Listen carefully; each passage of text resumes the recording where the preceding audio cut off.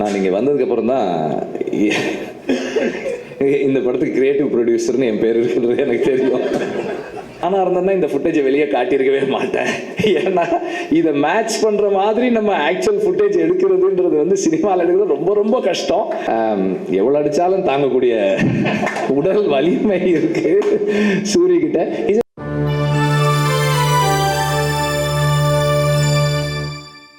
எல்லாருக்கும் வணக்கம். ஆக்சுவலாக வந்து நான் இங்கே வந்ததுக்கப்புறம் தான் இந்த படத்துக்கு கிரியேட்டிவ் ப்ரொடியூசர்னு என் பேர் இருக்கிறது எனக்கு தெரியும்.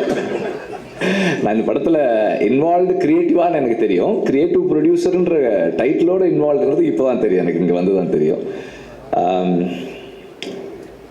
மதி வந்து is a very a man with a lot of self-respect. எப்படின்னா எதையுமே வந்து he doesn't take it for granted. அவங்க வீட்டில் வந்து அவங்க அப்பா அம்மாவுக்கு வந்து அவன் இன்ஜினியரிங் படிக்கணும்னு ஆசை. அதனால் இன்ஜினியரிங்க்கு ஜாயின் பண்ணி 4 வருஷம் காலேஜ் போனான். அதுக்கப்புறம் சினிமாவுக்கு போகணுன்னப்போ நீ டிகிரி வாங்கினா போகலாம். எத்தனை அரியர்ஸ் இருந்தது அப்போது? 10 தானே? ஓகே, மொத்தமாக 10 அரியர்ஸ் இருந்தது. சரி, நான் முடிச்சா போகலாமா அப்படின்னு கேட்டப்போ போ அப்படின்னு சொல்லியிருக்காங்க. அந்த வித்தின் த 4th இயர் அந்த எல்லா அரியர்ஸும் கிளியர் பண்ணிவிட்டு இப்போ நான் சினிமாவுக்கு போகிறேன். ஓகே, சரி. He could have come and asked me to work with him. அப்போ என் கூட வேலை செய்கிறேன்னு சொல்லியிருந்துருக்கலாம் அவர். ஆனால் அப்படி சொல்லலை. ஒரு படம் வெளியே போய் வேலை செஞ்சுட்டு அதுக்கப்புறம் ஒரு நாள் வந்து அண்ணன் ஒரு ஷார்ட் ஃபிலிம் எடுத்திருக்கேன், அதை பாருங்கள் அப்படின்னு சொல்லிட்டு, அது நான் நல்லா எடுத்திருந்தேன்னு உங்களுக்கு ஃபீல் பண்ணால் என்ன நீங்கள் சேர்த்துக்குங்க அப்படின்னு சொல்லிட்டு கேட்டார். அந்த ஃபிலிம் வந்து அந்த ஷார்ட் ஃபிலிம் அது பொல்லாதவன் முடிச்சு அந்த போஸ்ட் ப்ரொடக்ஷன் டைம்னு நினைக்கிறேன். ஜிவி ஸ்டுடியோவில் தான் நானும் ஜிவியும் தான் பார்த்தோம். பார்த்துட்டு எனக்கு பிடிச்சிருந்தது, நல்லா இருந்தது. அதில் ஆண்ட்ரூ நடிச்சிருந்தார். ஆண்ட்ரூ நான்லாம் ஒன்றா ஒர்க் பண்ணியிருக்கோம், அவர் நடிச்சிருந்தார். பிடிச்சிருந்தது. அப்போ நான் சொன்னேன், சரி எனக்கு பிடிச்சிருக்குப்பா, நீ வந்து ஒர்க் பண்ணு அப்படின்னா. அதுக்கப்புறம் he work with me Aadukalam. ஆடுகளமில் வந்து எப்படி விக்ரம் சுகுமாரன் வந்து ஸ்கிரிப்ட், டயலாக், ஷூட்டு அண்ட் டப்பிங்கில் ஒர்க் பண்ணாரோ அது மாதிரி வந்து மதியம் வந்து எடிட்டிங் அண்ட் போஸ்ட் ப்ரொடக்ஷன். இவங்க கான்ட்ரிபியூஷன் இல்லைன்னா அந்த படம் வாட் இட் இஸ் டுடேன்றது அது அவங்களோட கான்ட்ரிபியூஷனால தான் அது இன்றைக்கி என்னவா அது வந்து சேர்ந்தது. அந்த அளவுக்கு டெடிக்கேட்டடாக ஒர்க் பண்ணக்கூடிய ஒரு பர்சன். அப்புறம் அதுக்கப்புறம் வந்து செல்ஃபி ஹேப்பன்ட் ஃபார் ஹிம். செல்ஃபியில் நிறைய சேலஞ்சஸ் இதெல்லாம் முடிச்சு and through out the journey என்னென்னா எப்போவுமே வந்து ஒர்க் பண்ணுறதுக்கும் ஒரு டீம் பர்சனாக இருந்து டீமுக்குள்ளே கான்ட்ரிபியூட் பண்ணுறதுக்கும் வந்து எப்போவுமே தயங்காத ஒரு பர்சன். அண்டு எல்லா படமுமே வந்து அந்த நான் பண்ணுற எல்லா படத்துலையுமே வந்து எங்களுக்கு வந்து ஃபைனல்னு வரும்போது வந்து அது வந்து அந்த கடைசி நேரத்தில் போட்டு எல்லாரையும் கூப்பிட்டு போட்டு காமிச்சு டிஸ்கஸ் பண்ணி இது என்ன ஒர்க் ஆகுதா ஒர்க் ஆகலையா அது பெரிய டிஸ்கஷன் நடக்கும்.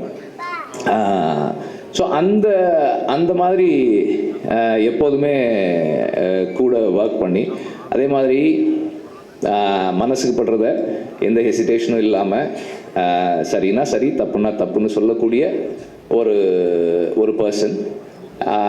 ஸோ அப்படி விடுதலையில் வந்து he was with me. And அந்த விடுதலை ஃபர்ஸ்ட் பார்ட்டில் அந்த ட்ரெயின் சீக்வன்ஸ் ஷூட் பண்ணும்போது he was working for that shoot. அதுக்கப்புறமா போஸ்ட் ப்ரொடக்ஷன்லேயும் இருந்தார். ஸோ அந்த நேரத்தில் எல்ரைட் சாருக்கு வந்து மதியோட இன்ட்ரொடக்ஷன், மதி ஒர்க் பண்ணுறதெல்லாம் பார்க்குறாரு.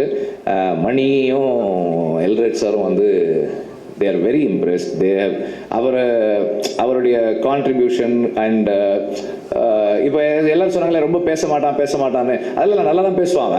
ஸோ அப்படி அது இதுதான் என்ன பேசணுமோ எப்போ பேசணுமோ அதெல்லாம் கரெக்டாக பேசுவான், அதெல்லாம் ஒன்றும் இல்லை. So the way he carries himself, the way he puts across his thoughts, அது வந்து எல்ரைட் சாருக்கு ரொம்ப பிடிச்சிருந்தது. அப்போது ஒரு தடவை பேசும்போது, சார் நான் நல்ல பையனாக இருக்கான் சார், ஏதாவது ஸ்கிரிப்ட் அப்படி ஒரு நல்ல ஒப்பீனியன் இருக்குது அப்படின்னும் போது அப்போ Mathi was working for his film. அப்போ இந்த ஐடியா எனக்கு சொன்னப்போ எனக்கு ரொம்ப பிடிச்சிருந்தது. ரொம்ப நல்லா இருக்குது, பிகாஸ் இந்த மாதிரி ஒரு வேர்ல்டுக்குள்ள இங்கேயே இருக்கு. அதில் அந்த அந்த இவங்க அந்த அந்த அவர் ஒருத்தர் சொல்கிறாரு இல்லையா, இப்போ எப்படி நிலத்தில் இருக்கவங்களுக்கு ஜல்லிக்கட்டோ அது மாதிரி எங்களுக்கு இந்த பாய்மர படகு போட்டி. இப்போ நம்ம இங்கே இருக்கோம், நம்ம மக்களில் ஒருத்தருக்கு வந்து இப்படி ஒரு விளையாட்டு இருக்குது, இப்படி ஒரு ஸ்போர்ட் இருக்குது, அது அவங்க வாழ்க்கையோட அவ்வளவு முக்கியமான ஒரு அங்கமாக இருக்குது, ஆனால் நமக்கு தெரியலை. அப்போ இந்த மாதிரியான ஒரு வேர்ல்டை எக்ஸ்ப்ளோர் பண்ணி இப்படி ஒரு ஸ்டோரி சொல்லணும்னு நினைக்கிறது வந்து எனக்கு ரொம்ப நல்லா இருந்தது. I thought it's a very good idea to explore further. நீ அதை இன்னும் ஒர்க் பண்ணு அப்படின்னு சொன்னேன். ஸோ ஹி ஹேட் அந்த அந்த பேக்ரவுண்டில் கொஞ்சம் டெவலப் பண்ணி ஒரு ஒரு ஒரு கான்செப்டாக சொன்னப்போ நான் ப்ரொடியூசர்கிட்ட சொன்னேன், சார் உங்கள் வேர்ல்டுக்குள்ளே ஒரு கதை இருக்குது சார், கதை சொல்லலாம் சார், நீங்கள் கேளுங்க அப்படின்னு. அது ஐ திங்க் அந்த விடுதலை கிளைமேக்ஸ் ஷூட்டிங் ஸ்பாட்லேயே ஏதோ பேசணும்னு நினைக்கிறேன். அந்த அந்த இடத்துல சொன்னேன். அப்புறம் லைன் சொன்ன உடனே அவர் சார் சூப்பராக இருக்கு சார். அங்கேருந்து தென் அதுக்கப்புறம் அவங்க அது அப்படி அந்த ஜேர்னி அப்படி போக ஆரம்பிச்சிருச்சு. And I'm very happy that it happened. இப்போ இதில் இருக்கிற டீம் கதிர் பற்றி சொல்லணும்னா, மற்றவங்களை எனக்கு பர்சனலாக தெரியாது, அஃப்கோர்ஸ் ஜிவியை தெரியும்.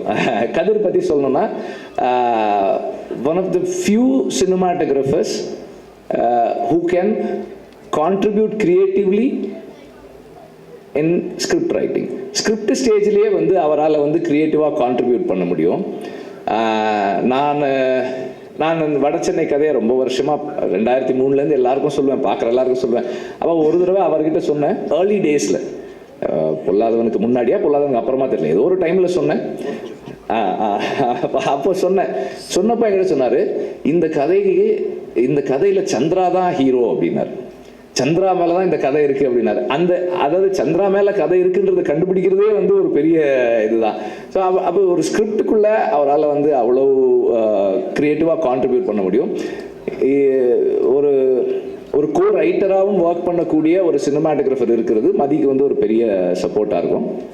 And editor, art director and all other technicians எல்லாருமே கண்டிப்பாக வந்து இந்த விஷனோட கூட இருப்பாங்கன்ற நம்பிக்கை எனக்கு இருக்குது. ஜிவி ஆஸ் ஆல்வேஸ், ஜிவி வந்து இன்னைக்கு he's in is musical prime. ரொம்ப எஃபிஷியண்ட்டாக, ரொம்ப வைப்ரண்ட்டாக, எனர்ஜெட்டிக்காக டெலிவர் பண்ணிகிட்ருக்காரு. அண்ட் அவர்கிட்ட வந்து நீங்கள் 30 நாள் இல்லை 2 நாள் இல்லை, ஃபுல் படத்துக்கே நீங்கள் 5 நாள்லேயும் பண்ணுவீங்க. அது வந்து one of his very special qualities. he doesn't tire. எந்த நேரமாக இருந்தாலும் எந்த டைமாக இருந்தாலும் அன்னையிலேருந்து இன்னைக்கு வரைக்கும் அப்படி தான் இருக்குது. நான் முன்னாடியெல்லாம் வந்து நைட்டு 12 மணிக்கு மெசேஜ் பண்ணுவேன், what are you doing, then next question where are you, அப்படி. இங்கே தான் ஆஃபீஸில் தான் இருக்கேன். If you are in the studio I will come, okay come, I will come. Night ஒரு 12:30 மணிக்கு போவேன், அதுக்கப்புறம் உட்காந்து ஒர்க் பண்ணுவோம். இன்றைக்கும் அப்படி தான். பட் நான் நைட்டு 12:30 மணிக்கு அவருக்கு மெசேஜ் அனுப்புறதில்லை. Otherwise the same energy is there. எந்த நேரத்துலையும் ஒர்க் பண்ணுறதுக்கு டயர் ஆகாத ஒரு பர்சன். அண்ட் பேக்ரவுண்ட் ஸ்கோரில் இன்றைக்கி வந்து is able to create such impact. ரொம்ப இம்பேக்ட்ஃபுல்லான பேக்ரவுண்ட் ஸ்கோர் பண்ண முடியுது அவரால். அண்ட் ஒரு ஸ்டார் ஃபில்ம்னா அதுக்கு ஒரு அப்ரோச் வச்சிருக்காரு, ஒரு கண்டென்ட் ஃபில்ம்னா அதுக்கு ஒரு அப்ரோச் வச்சிருக்காரு, எல்லாமே நல்லா பண்ணுறாரு. அண்ட் இந்த ஃபில்முக்கு ஒரு மிகப்பெரிய ஸ்ட்ரென்த்தாக இருக்கும் ஜிவியோட மியூசிக்ன்றதுல எனக்கு எந்த டவுட்டுமே இல்லை. அண்ட் இந்த படத்தை இப்போ அவங்க ரெக்கியில் எடுத்த இந்த ஃபுட்டேஜ் வந்து நான் எப்படி பார்க்குறேன்னா, நானாக இருந்தேன்னா இந்த ஃபுட்டேஜை வெளியே காட்டியிருக்கவே மாட்டேன். ஏன்னா இதை மேட்ச் பண்ணுற மாதிரி நம்ம ஆக்சுவல் ஃபுட்டேஜ் எடுக்கிறதுன்றது வந்து சினிமாவில் எடுக்கிறது ரொம்ப ரொம்ப கஷ்டம். இதை வந்து அவங்க வெளியே காட்டுறதே வந்து அவங்க கான்ஃபிடென்ஸ் தான் சொல்லுது. It's going to be a very challenging task for everybody to create this, to be part of this behind the camera and in front of the camera. ரொம்ப ரொம்ப பெரிய சேலஞ்சு. மதி வந்து I think he has taken up a very very very big challenge. But என்னன்னா, சூரி மாதிரி ஒரு டெடிகேட்டடான ஒரு ஆர்டிஸ்டும் எல்ரெட் மாதிரி ஒரு பேஷனட்டான ப்ரொடியூசரும் இருந்தா, அவர் எல்ரெட் சார் வந்து நம்ம ப்ரொடியூசர் வந்து அவருடைய என்ன சொல்றது, ப்ரொடியூசராக இருக்குது அவருக்கு செகண்ட் ஜாப் தான். அவர் வந்து ஃபர்ஸ்ட் வந்து ஏடி தான். அவர் ஃபர்ஸ்ட் அசிஸ்டன்ட் டைரக்டர் தான். நம்ம ஏதாவது சொன்னா கூட, சார் அன்னைக்கு சொல்லும்போது அப்படி சொன்னீங்களே சார், வேணாம் சார் இப்போ இப்படி எடுத்துக்கலாம் சார், ஐயோ சார் அது நல்லா இருந்தே சார், சார் இல்லை சார் ஒரு 2-3 நாள் எக்ஸ்ட்ரா ஆகும் சார், அப்படியா சார் போயிடுவார். போன உடனே ஒரு 1/2 hour கழிச்சு மணி அடிப்பார், சார் சார் சொன்னார் சார் அது ஒரு 3 days ஆனால் கூட பரவாயில்ல எடுத்துடலான்னு சொன்னார் சார். இல்லை மணி பட்ஜெட் இல்லை சார், சார் அதெல்லாம் சார் பார்த்துட்டார் சார். இல்லை இப்போ பீட்டர் வரணுமே, அதுக்கு பீட்டர் சார் அது பேசிக்கலாம் சார், சார் வந்து அது எடுத்துட்டா நல்லா இருக்கும்ன்றாரு சார். இப்போ எப்படி ஆகிடும்னா, டைரக்டரை வந்து ப்ரொடியூசர் கன்வின்ஸ் பண்ணுவார் செலவு பண்ணுறதுக்கு, நம்ம வந்து ஐயோ செலவாகுமே அப்படி எடுக்கணும். ஸோ அந்த மாதிரி ஒரு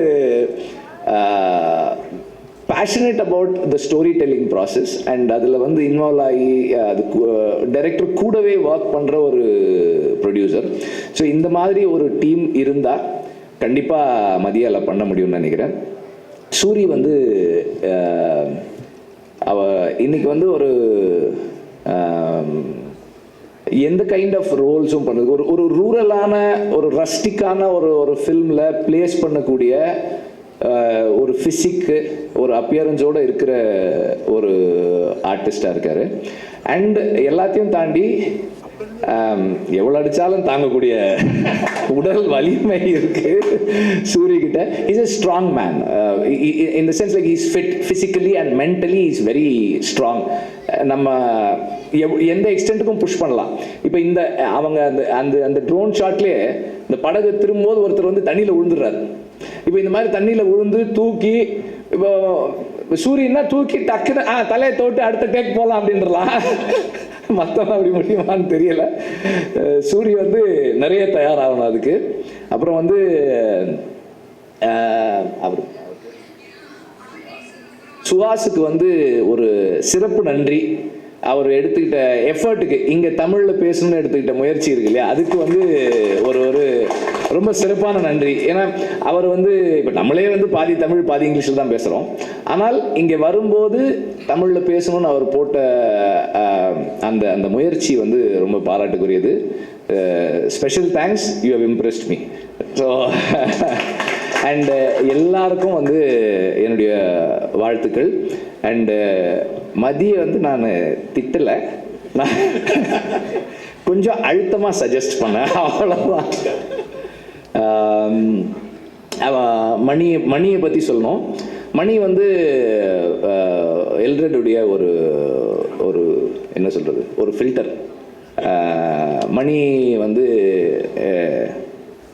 எதை எப்படி எங்கே யார்கிட்ட சொல்லணுன்றதை வந்து ரொம்ப பக்குவமாக ஹேண்டில் பண்ணி ஒரு ப்ராஜெக்டை பத்திரமா, இந்த படத்தினுடைய பாய்மரம் வந்து மணி தான் கரெக்டாக வந்து கொண்டு போய் சேர்க்கறதுக்கு வந்து மணி வந்து எப்போதுமே முயற்சி பண்ணிக்கிட்டே இருக்கிற ஒரு ஆள். அண்ட் எல்லாருக்குமே வந்து என்னுடைய வாழ்த்துக்கள். அண்ட் ஒவ்வொரு கட்டத்துலையும் அந்த படத்தை நான் பார்த்துட்டே இருக்க போகிறேன். என்னுடைய கருத்துக்களை அழுத்தமாக சொல்லிக்கிட்டே இருக்க போகிறேன். Thank you very much.